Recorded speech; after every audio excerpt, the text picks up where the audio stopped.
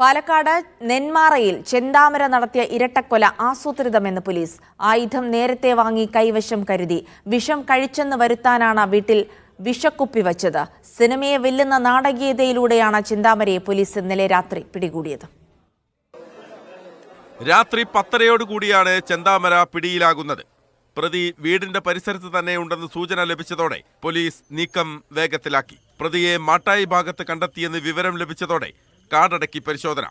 ഒടുവിൽ വിശപ്പ് സഹിക്കാതെ മലയിറങ്ങി വീട്ടിലേക്ക് വന്ന ചെന്താമരയെ പോലീസ് പിടികൂടി. പല സയന്റിഫിക് ഹെൽപ്പ് കൂടി ഞങ്ങൾ എടുത്തിരുന്നു.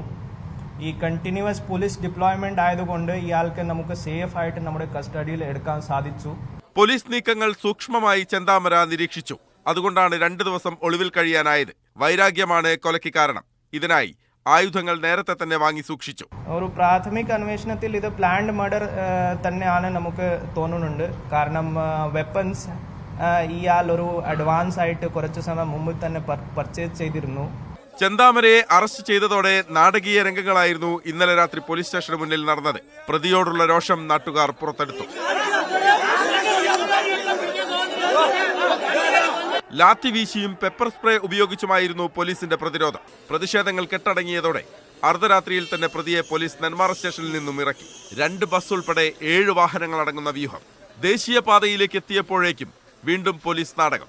7 വാഹനങ്ങളും 7 ദിശയിലേക്ക്. ഇതിനിടെ ചെന്താമര കീഴടങ്ങിയതല്ല, പിടികൂടിയതാണെന്ന പോലീസിന്റെ അവകാശവാദം. അയാൾക്ക് വിശപ്പ് സഹിക്കില്ല, ഭക്ഷണം കഴിക്കാൻ വരുമെന്ന് പറഞ്ഞ് അവിടെ പോലീസുകാർ പിടിച്ചതാണ്. അവിടെ സ്ട്രൈക്കിംഗ് പാർട്ടി ഉണ്ടായിരുന്നു, CD പാർട്ടി പിടിച്ചതായിരുന്നു. അത് അയാൾക്ക് നടക്കാൻ പറ്റാത്ത അവസ്ഥയായിരുന്നു. ആലത്തൂർ ഡിവൈഎസ്പി ഓഫീസിലുള്ള പ്രതിയെ ഇന്നു തന്നെ കോടതിയിൽ ഹാജരാക്കും. കസ്റ്റഡിയിൽ ലഭിച്ചാൽ കുറ്റകൃത്യം പുനരാവിഷ്കരിക്കാനാണ് പോലീസ് നീക്കം. മീഡിയ 1 പാലക്കാട്.